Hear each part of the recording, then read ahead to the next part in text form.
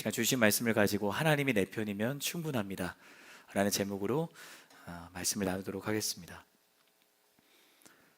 여러분, TV 프로그램 요즘 육아 금쪽 같은 내 새끼, 그 프로그램 보신 적 있으세요?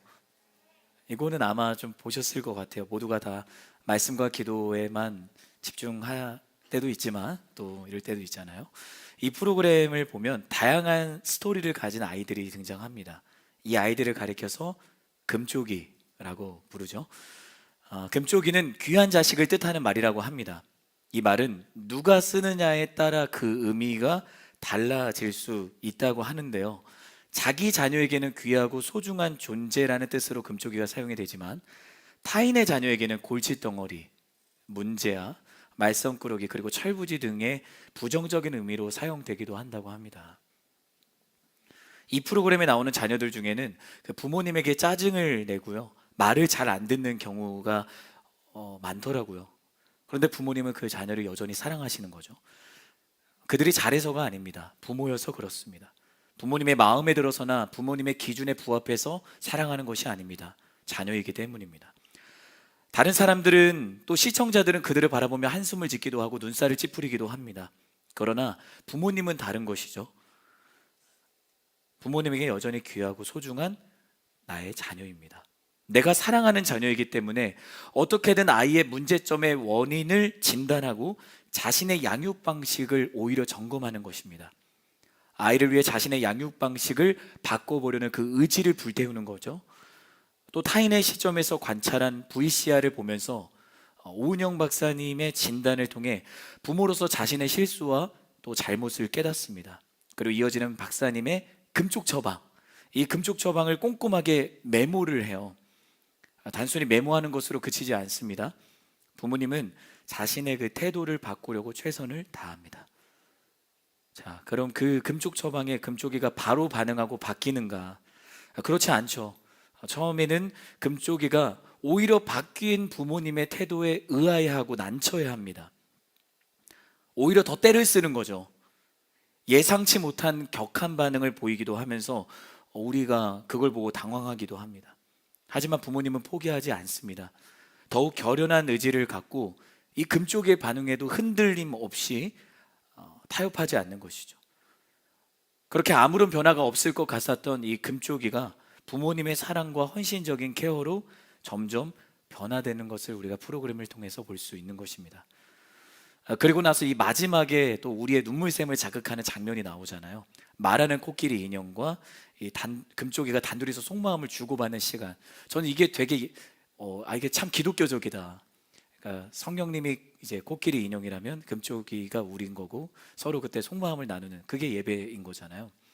그렇게 주고받는 시간이 있는데 그때 금쪽이는 부모님을 향한 자신의 솔직한 마음을 털어놓는 거죠. 평소에는 들을 수 없었던 금쪽이의 마음이 부모님에게 전달이 되었을 때 부모님은 감격의 눈물을 흘립니다. 시청자인 우리도 그 모습을 보면서 그 감동이, 그 전율이 공감되어서 함께 눈물을 흘리기도 합니다. 2025년을 시작하며 우리는 요한계시록을 통해 나에게 찾아오시는 하나님을 만나게 됩니다. 사랑하는 여러분, 말씀은 하나님이 나에게 말을 거시는 영적인 대화 플랫폼입니다. 따라해 주시겠어요? 말씀은 하나님이 나에게 말을 거시는 영적인 대화 플랫폼입니다. 세상에 많은 그 미디어의 창구들이 있지만 우리도 하나님과 대화하는 창구가 있는데 그 창구가 바로 말씀을 듣는 시간이라는 거죠. 그렇기 때문에 말씀을 듣는다는 것은 단순히 성경책에 기록된 그 내용들을 살펴보는 것으로 끝나지 않습니다. 지식적으로 알고 깨닫는 것, 내 머릿속에 축적하는 것으로 멈추지 않습니다. 말씀을 듣는 이 시간은 평범해 보이는 나의 일상 속을 뚫고 찾아오신 하나님이 내게 말씀하시는 영원한 시간인 것입니다. 그 영원한 시간을 믿는 저와 여러분이 되기를 예수님의 이름으로 축복합니다. 지난주부터 우리는 예수님이 7 교회들을 향해 말씀하신 내용에 집중하고 있습니다. 단순하게 본다면 복음을 전하다가 로마 제국의 박해로 인해 반모섬이라는 그 섬에서 유배살이를 하고 있었던 제자 요한이 교회들을 향해 쓴 편지잖아요. 하지만 그 편지를 쓰신 진짜 발신자는 예수님이라는 거죠. 예수님이 요한을 통해 말씀하신 것은 하나님께서 예수님에게 주신 말씀을 그대로 제자 요한에게 전하시는 거예요. 그래서 제가 지난주 여러분에게 말씀을 드렸습니다. 말씀은 생명력이 있다. 이런 말씀은 살아 있습니다. 그렇기 때문에 흘러가야 됩니다. 지난주 말씀을 여러분 기억하신다면 동파 예화 기억하세요? 동파 예화 무슨 얘기인가 막 그렇게 하시는 것 같은데, 저의 집이 이제 항파 때문에 동파가 되었어요. 그래서 이제 개수대 물이 안 나오고 정수기 물이 안 나와서 아내한테 혼났던 일들이 있었는데, 근데 저에게는 하나님의 은혜를 경험하는 시간이었어요. 동파된 것이 오히려 기도의 물줄기가 끊어지지 않아야 되는구나, 항상 흘러야 되는구나라는 걸 깨닫는 영적인 공급의 시간이었습니다. 그렇게 동파 앞에서도 제가 불편해하기보다 여러분에게 그 감사와 은혜를 나누었더니 놀라운 일이 일어나더라고요. 모든 예배와 사역이 마치고 이제 집으로 출발을 하는데 이제 연락이 온 거예요. 아내의 연락이었습니다. 그래서 이제 약간 예상을 했죠. 아직도 안 나와, 어떻게 막 이렇게 할 줄 알았는데, 아내가 정말 기쁘면 할렐루야를 하거든요. 그래서 할렐루야 막 이러는 거에서 뭔가 직감을 했죠. 뭔가 일이 생겼다 해서 할렐루야, 개수대 물이 나와, 정수기 물이 나와. 그래서 아내가 여보, 우리 하나님 정말 최고다. 그 예화를 썼더니 하나님이 이렇게 역사하시는구나 하면서 이러니 하나님께 반하지 않을 수가 없다 막 그렇게 얘기하는데, 그 마지막 말에 살짝 좀 서운하기는 했어요. 제가 2순위잖아요. 그래서 좀 서글프긴 했지만 그래도 뭐 하나님 1순위니까 감사한 거고. 우리가 지난주에 첫 번째 교회는 에베소 교회를 살펴보았습니다. 첫사랑을 버린 에베소 교회를 향한 하나님의 진단과 처방을 살펴보았습니다.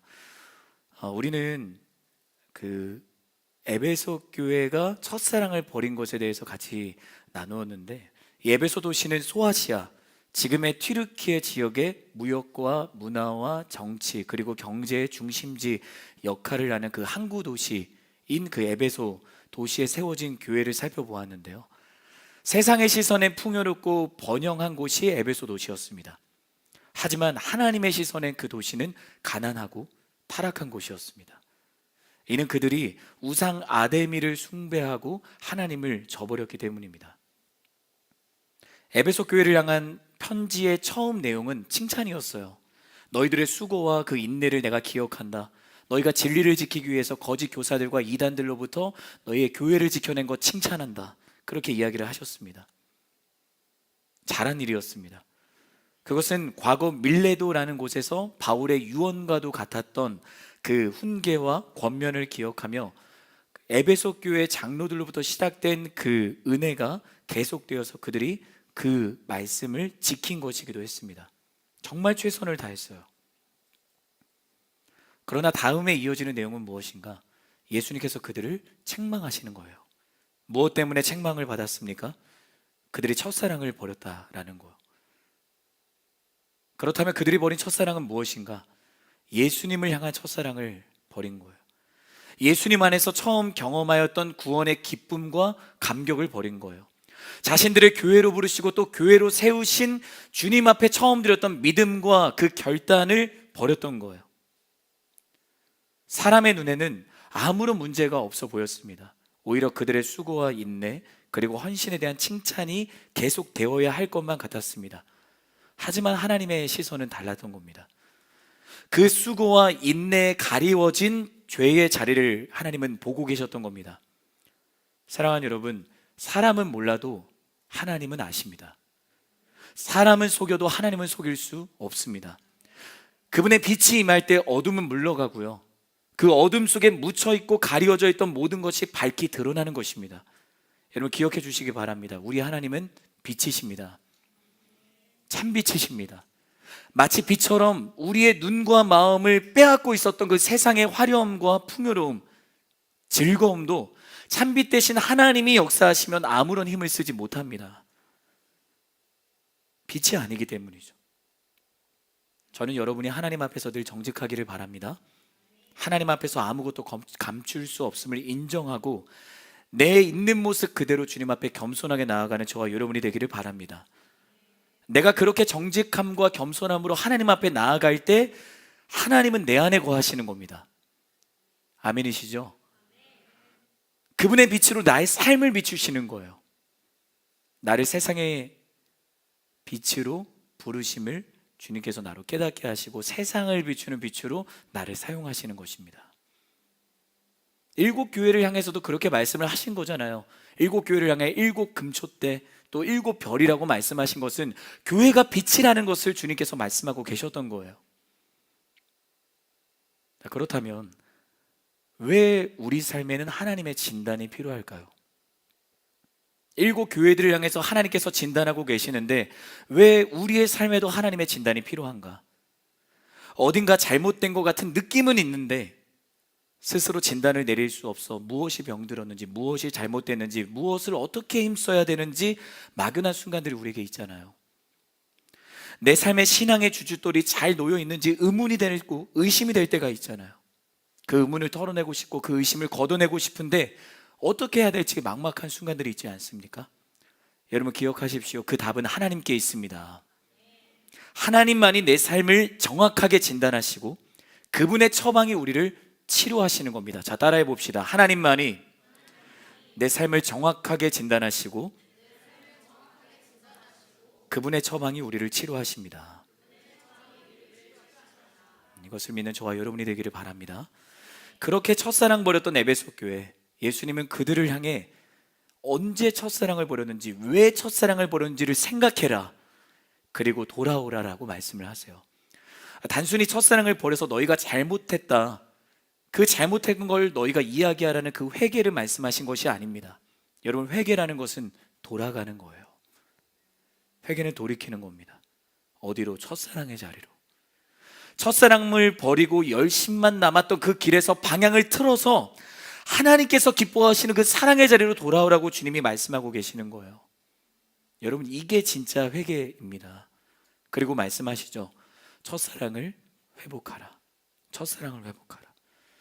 예수님께서 에베소 교회를 책망하신 것은 그저 그들의 잘못을 지적하고 또 그들의 허물을 들춰내기 위함이 아니셨던 거예요. 금쪽이를 훈계하는 부모님의 그 마음에 자녀를 향한 사랑과 포기를 모르는 결연한 의지가 있었던 것처럼 우리 주님도 에베소 교회를 그렇게 사랑하고 계시는 것입니다. 에베소 교회를 포기하실 수 없었기 때문에 그들을 그렇게 훈계해서라도 돌이키고 싶으셨던 거예요. 저는 여러분이 에베소 교회를 향한 그 예수님의 책망하심 속에 하나님의 사랑을 발견하기를 바랍니다. 그 사랑이 여러분을 향한 사랑입니다. 오늘 에베소 교회에 이어 예수님의 편지를 받은 두 번째 교회가 누구죠? 서머나 교회입니다. 오늘 보면 8절의 말씀을 우리 한 번 더 읽도록 하겠습니다. 시작. 너는 서머나 교회 사자에게 이렇게 써라. 살아나신 이가 이렇게 말씀하신다. 서머나도 이 에베소처럼 도시였습니다. 또 에베소와 견줄 만큼 크고 번영했던 도시 중에 하나였다고 합니다. 이 서머나는 에베소에서 북쪽으로 약 60여 킬로미터 정도 떨어진 곳에 있었던 도시라고 하는데요, 20만 명이 넘는 인구가 사는 너무나도 풍요롭고 아름다운 도시였다고 해요. 그 서머나 도시에 세워진 서머나 교회의 사자, 교회 메신저로 서 있는 크리스천들에게 예수님이 편지를 쓰고 계시는 겁니다. 편지를 쓰신 예수님은 자신을 이렇게 소개를 하세요. 처음이요 마지막이시니 곧 죽었다가 다시 살아나시니. 여러분, 지난주 에베소 교회 편지를 쓰시며 예수님이 자신을 처음 소개하셨던 그 내용을 혹시 기억하세요? 오른손에 7별을 잡으시고 7금초대 사이로 다니시는 이. 오늘은 처음이요 마지막이시니 곧 죽었다가 다시 살아나시니. 그러면서 제가 여러분에게 이렇게 말씀을 드렸어요. 예수님의 오른손이 교회를 붙들고 계시고 그분이 교회를 세우신 주인이다. 또 교회 사이로 다니시는 분이다. 교회를 다스리시는 왕이다. 그리고 이어서 오늘 두 번째로 자신을 그렇게 소개하시는데 이 가운데도 영적인 메시지가 있습니다. 여러분, 처음이자 마지막이신 분은 오직 예수님밖에 없습니다. 세상이 창조되고 우리가 지음받기 전에 땅이 혼돈하고 흑암 속에 있었던 그 처음에 주님이 계셨습니다. 여러분, 창세기 1장 1절의 말씀을 기억하시죠? 태초에 하나님이 천지를 창조하셨다. 이 말씀이 의미하는 바는 무엇입니까? 하나님께서 처음이 되신다는 거예요. 세상의 그 무엇도 그 누구도 하나님이 없으면 존재할 수 없다라는 겁니다. 이것을 믿으시기를 바랍니다. 저는 여러분의 삶이, 여러분의 신앙이 창세기 1장 1절의 말씀의 기초 위에 여러분의 믿음의 건물을 세워나가기를 바랍니다. 이 말씀을 믿는 것이 여러분의 신앙의 깊이와 넓이와 너비를 결정하는 거예요. 처음이자 마지막이신 분이 하나님인데 예수님이 서문화 교회를 향해 편지를 쓰시면서 내가 처음이고 마지막이다라고 말씀을 하시는 거죠. 자, 이게 무엇을 의미합니까? 예수님이 하나님이다. 여러분, 예수님은 하나님이십니다. 그렇기 때문에 죽음으로 끝나지 않고 부활하신 겁니다. 죽음을 이기실 수 있는 분은 하나님 한 분밖에 없잖아요. 바로 이 땅에 오신 하나님, 나를 죄로부터 구원하시기에 오신 하나님이 예수 그리스도이십니다. 예수님이 하나님이시라는 이 고백이 그리스도인의 고백입니다. 그 고백이 여러분의 신앙의 뿌리가 되어야만 합니다.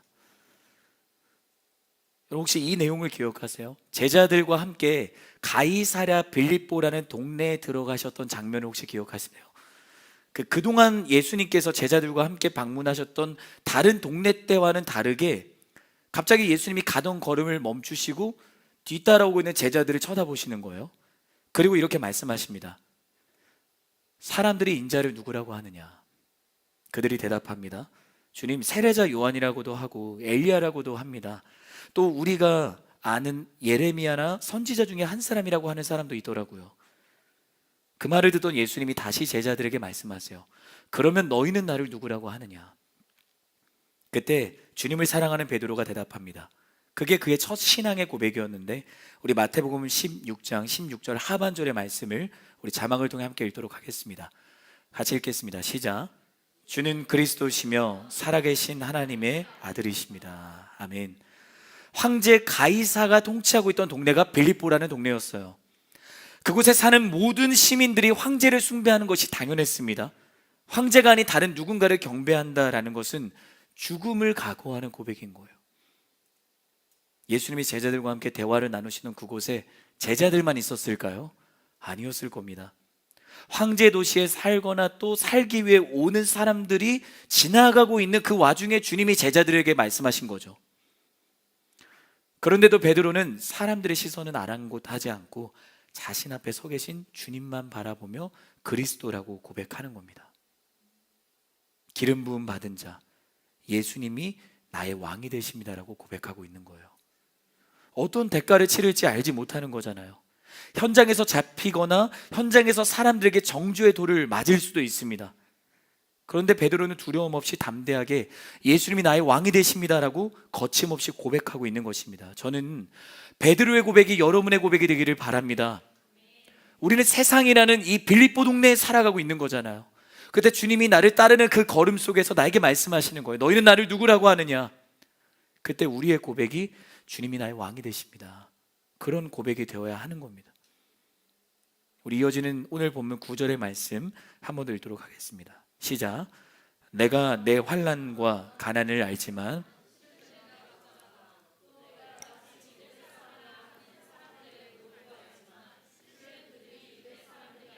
사탄의 집단이다. 서머나 교회는 에베소 교회처럼 유명하지는 않았어요.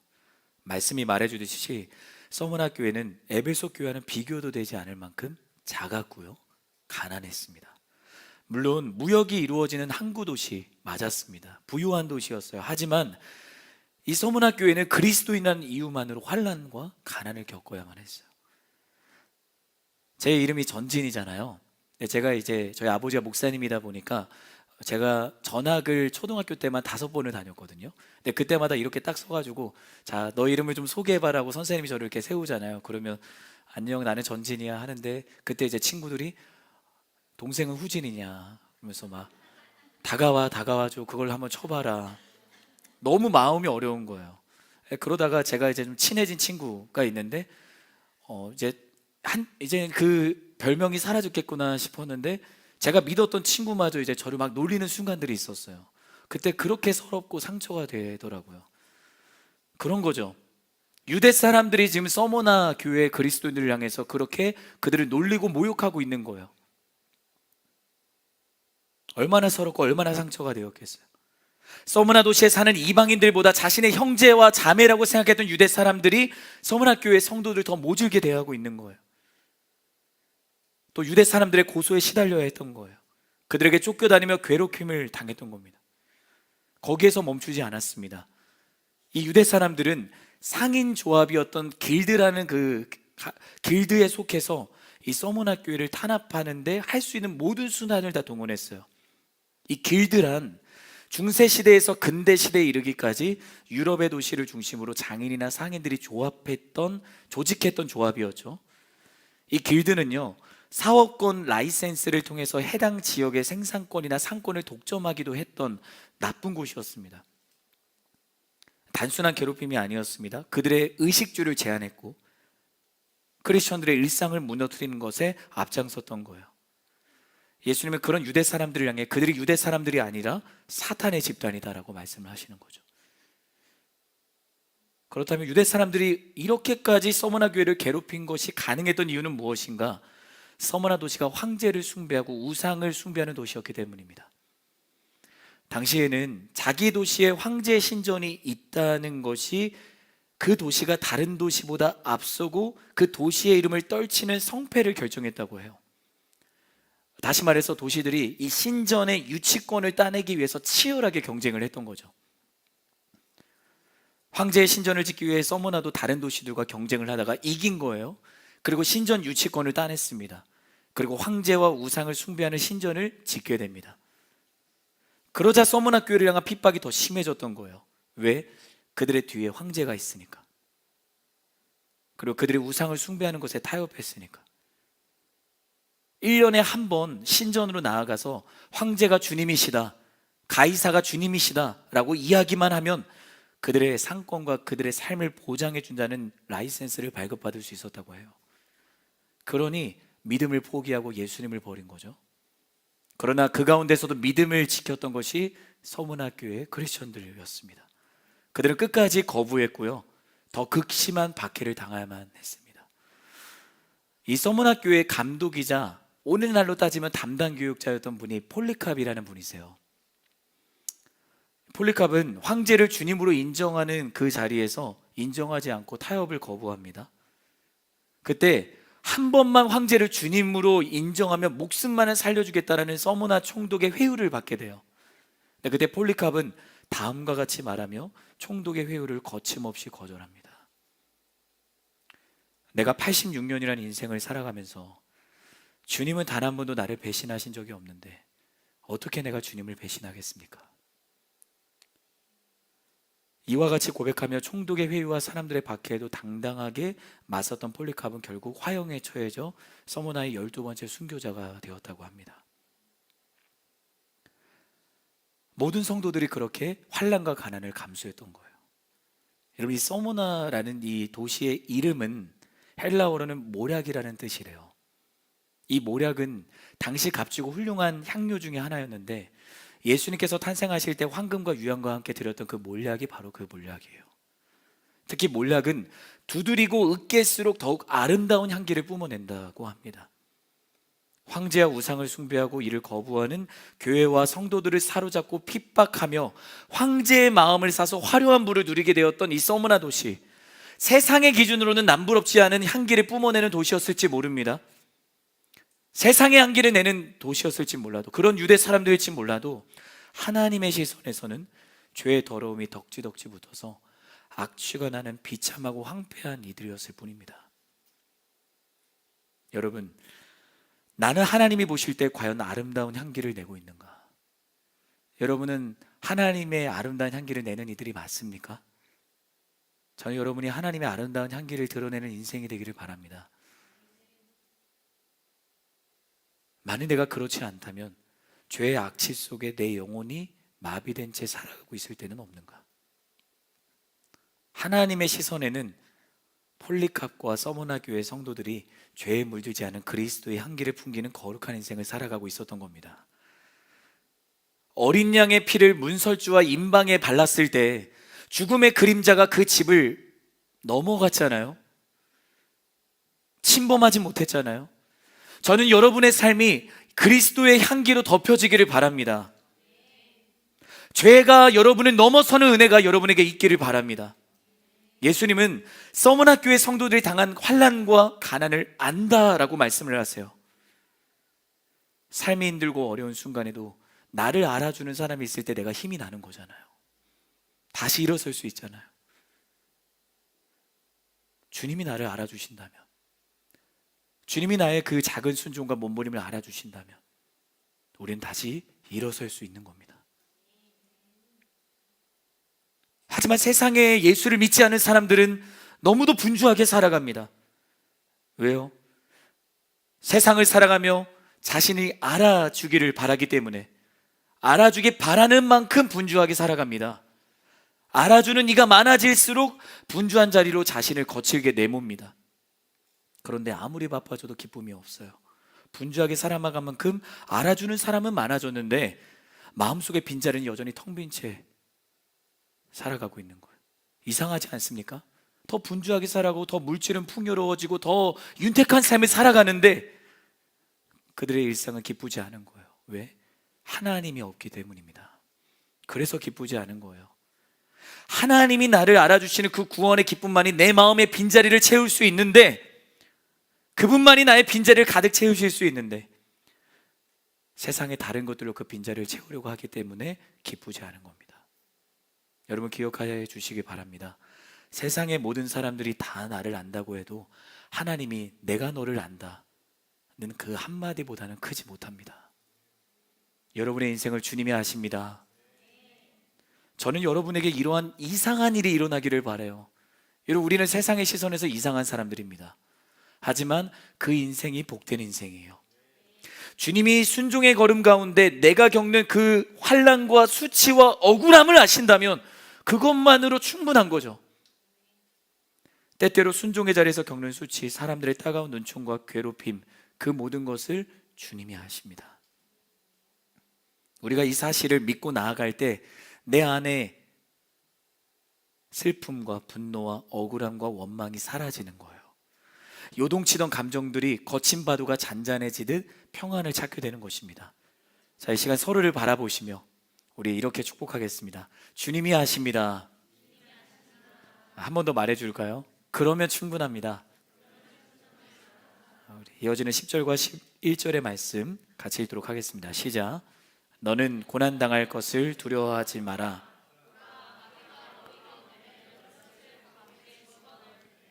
너희가 10일 동안 핍박을 받을 것이다. 너는 죽도록 충성하여라. 그러면 내가 생명의 면류관을 내게 줄 것이다. 귀 있는 사람은 성령이 교회들에게 하시는 말씀을 들어라. 이기는 사람은 둘째 사망에서 해를 받지 않을 것이다. 예수님이 서문학교회를 향해 다시 한번 말씀하십니다. 너는 고난당할 것을 두려워하지 마라. 너는 죽도록 충성해라. 그러면 내가 생명의 면류관을 내게 줄 것이다. 여러분, 주님은 서문학교회가 앞으로 당하게 될 고난에 대해 말씀하세요. 자, 사람의 생각으로 이해가 되지 않는 거죠. 정말 주님이 그들의 환난과 가난을 알고 계신다면 그걸 없애주셔야 되지 않는가?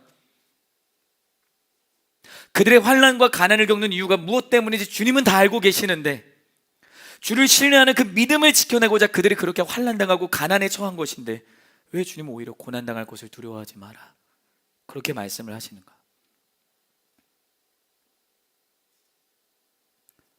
결론입니다. 주님은 환난을 없애주신다고 말씀하시지는 않아요.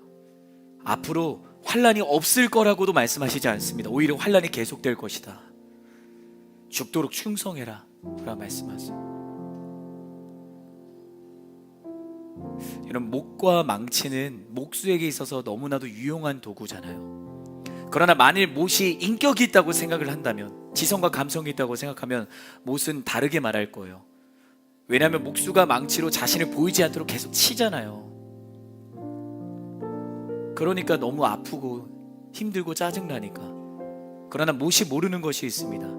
목수의 손에 든 망치가 자신을 향하고 또 못이 나무에 박힐 때 그 나무들이 서로 연결되어 집이 세워진다는 것을 말이죠. 그 순간은 목수의 손길에 그대로 따르는 것이 아프고 고난이지만 그 고난을 견뎌내면 사람들을 비바람과 폭풍과 어둠 속으로 지키는 집의 일부가 된다는 것을 못은 모르는 거예요.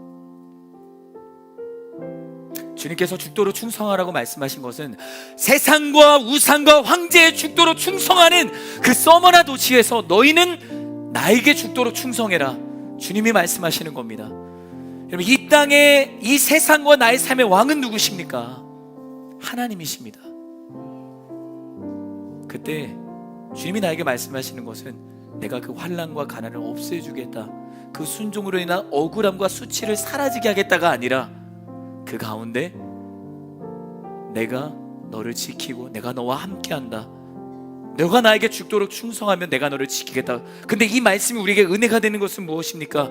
주님이 하나님께 죽도록 충성해서 우리를 죄로부터 살려내셨잖아요. 그분이 우리를 위해 죽도록 충성하셨습니다. 그때 죽음으로부터 다시 살아나는 기적이 일어난 거죠. 여러분, 우리는 예수님을 바로 보여주는 그분의 제자들입니다. 그분을 따르는 사람들입니다. 그분을 사랑하는 사람들입니다. 그렇다면 주님이 말씀하시는 죽도록 충성하라가 오히려 내가 너를 죽기까지 사랑한다, 이 말씀으로 들려지기를 주님의 이름으로 축복합니다. 예수님께 충성할 때 주님은 우리의 삶을 기억하여 주실 거고요, 끝까지 우리의 편이 되어 주실 거예요. 하나님이 여러분의 편이십니다. 하나님이 당신의 편이십니다. 하나님이 나의 편이 되십니다. 하나님이 내 편이면 충분합니다. 우리 이 말씀을 기억하며 우리 같이 찬양하며 나아가도록 하겠습니다.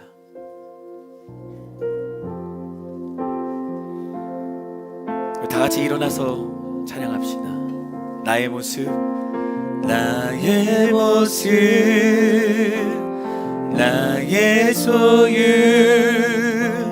주님 앞에 모두 드립니다. 모든 아픔, 모든 기쁨, 모든 기쁨, 내 모든 눈물 받아주소서. 한 번 더 고백합시다. 나의 모습, 나의 모습, 나의 소유, 주님 앞에 모두 드립니다. 모든 아픔, 모든 기쁨, 모든 기쁨, 내 모든 눈물 받아주소서. 고백합니다. 나의 생명을 드리니, 나의 생명을 드리니 주 영광 위하여 사용하옵소서. 사용하옵소서. 내가 사는 날 동안에 주를 찬양하며 기쁨의 제물 되리. 나를 받아주소서. 나를 받아주소서. 우리 2절로 고백합시다. 어제 일과 내일 일도, 어제 일과 내일 일도 꿈과 희망 모두 드립니다. 모든 소망, 모든 소망, 우리의 모든 계획도 모든 계획, 내 손과 마음 받아주옵소서. 내 손과 마음 받아. 우리 주님 앞에 두 손을 높이 들고 우리 믿음으로 고백하며 나아갑시다. 나의 생명을 드리니, 나의 생명을 드리니 주 영광 위하여 사용하옵소서. 내가 사는 날 동안에 주를 찬양하며 기쁨의 제물 되리, 기쁨의 제물 되리. 나를 받아주소서. 나를 우리 마지막으로 한 번 더 고백하며 나아갑시다. 나의 생명을 드리니, 아멘.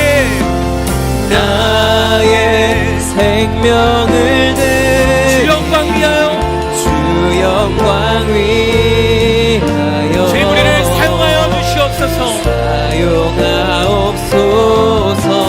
내가 사는 날 동안에 주를 찬양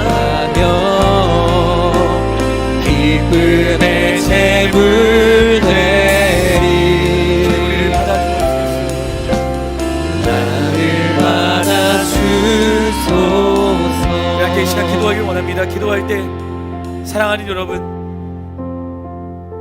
우리가 서머나 교회와 같이 때로 예수님을 따르는 그 순종의 걸음 가운데 내가 예상하지 못하는 크고 작은 환난과 또 수치를 당할 때가 있죠. 그런데 여러분, 주님이 아십니다. 사랑하는 여러분, 주님이 아십니다. 우리가 그것만으로 만족한 인생으로 살아가게 하여 주시옵소서. 나의 환난과 가난을 아시는 주님, 주님이 나의 편이며 충분합니다. 그렇게 믿음으로 선포하는 하나님의 사람들 되게 하여 주옵소서. 시간 주님의 이름으로 외치고 우리 기도하며 나아가겠습니다. 주여, 사랑하는 아버지 하나님 감사합니다.